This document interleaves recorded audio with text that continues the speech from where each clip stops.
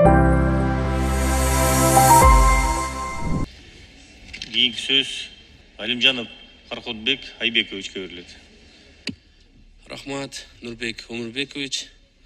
Саламатсыздар, урматтуу кесиптештер, урматтуу президенттин өкүлү. Кыргызстандын Залкар уулу дүйнөгө аты таанылып белгилүү жазуучу, коомдук жана мамлекеттик ишмер Чыңгыз Торокулович Айтматов Ош шаарындагы ортосунда жайгашкан 1926 жылы курулган номер 1 жибек балдар бакчасында жүргөн, атасы Ошто иштегенде. Азыркы учурда бул имарат жараксыз абалда экен. Бирок шартка байланыштуу 350 бала жүрөт. Азыр мындай айтканда,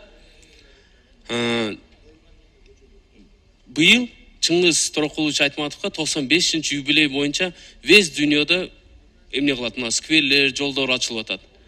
А бизде бала бакчасы көрсөңүздөр аварийный состояниеде турат да. Ошон үчүн мен суранат элем, биздин саясатыбызда бала бакча курулуп атат көп эмнелерде. Ошого биринчи ошондой бизи улуу жазуучу жүргөн бала бакчаларды оңдоп койсок жакшы болот. Себеби Ош шаарында билесиздер, экинчи борбол болгон себебинден Сулейман Тоого туризмдер көп келет. А ошо жерге барып калса, Чыңгыз Айтматов жүргөндүн акыбалын көрсө, уят болуп калат. Ошон үчүн Алмаз Акунжанович суранам протоколдун эмнесинде тапшырып.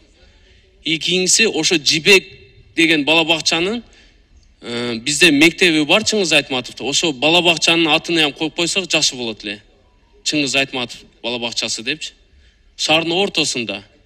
А имаратка 100 жыл болуптур. 1920-жылы курулган, а 1926 жылы ошо бала бакча болгон экен. Биринчи садиктерден номер 1 өзүчү.